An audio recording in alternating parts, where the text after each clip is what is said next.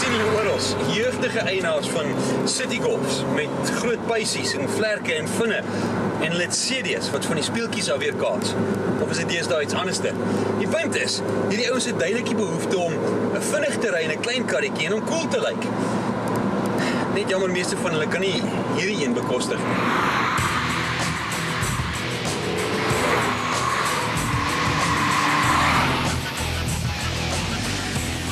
In die mikromotorklas verwag 'n mens nie regtig goeie verrigting nie.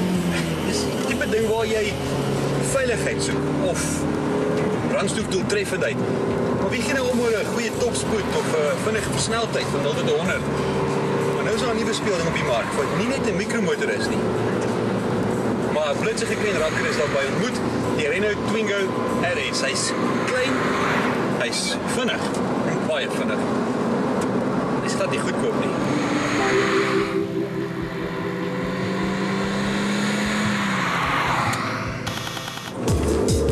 Toe die normale Renault Twingo vroeër die jaar by ons 'n draai gemaak het, was ons hoogs beïndruk met die motortjie. In 'n mate het ons selfs gereken is dalk die heel beste Renault wat ons nog ooit gery het, want hy het net eenvoudig niks verkeerd gedoen nie.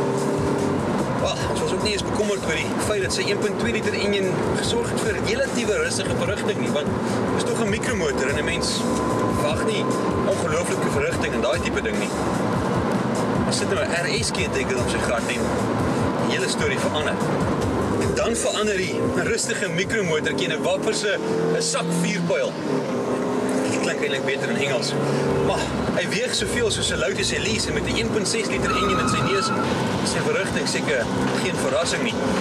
0 tot 100, 8 sekondes topspoed, anderkant 200 km/h en dit in 'n karretjie wat dwars in die garage kan parkeer. Dis gewoon om beskof. Maar gelukkig het Renault daarom alles aangepas by die karretjie se verrigting, sy hantering, sy rygrief, sy stuurwiel, sy brieke. Alles is mooi aangepas en werk in balans.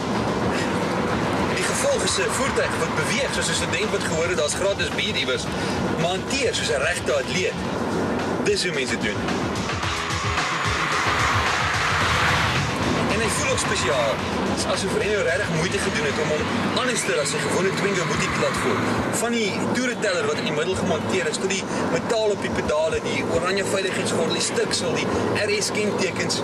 Ons reken is presies wat nodig is as jy R200,000 so 'n klein karretjie kan spandeer.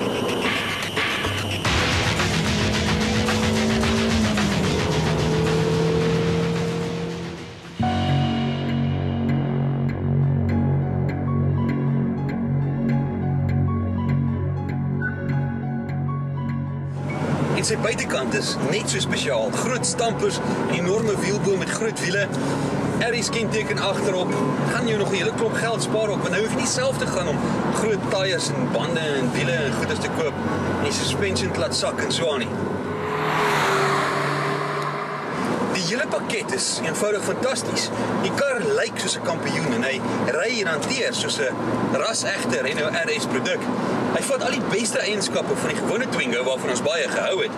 Hy kombineer dit met verrigting wat eintlik onnodig is in 'n kar soos die. Ons gaan nie kla nie, ons hou immers van spoed, maar daar is een groot vraag wat oorbly.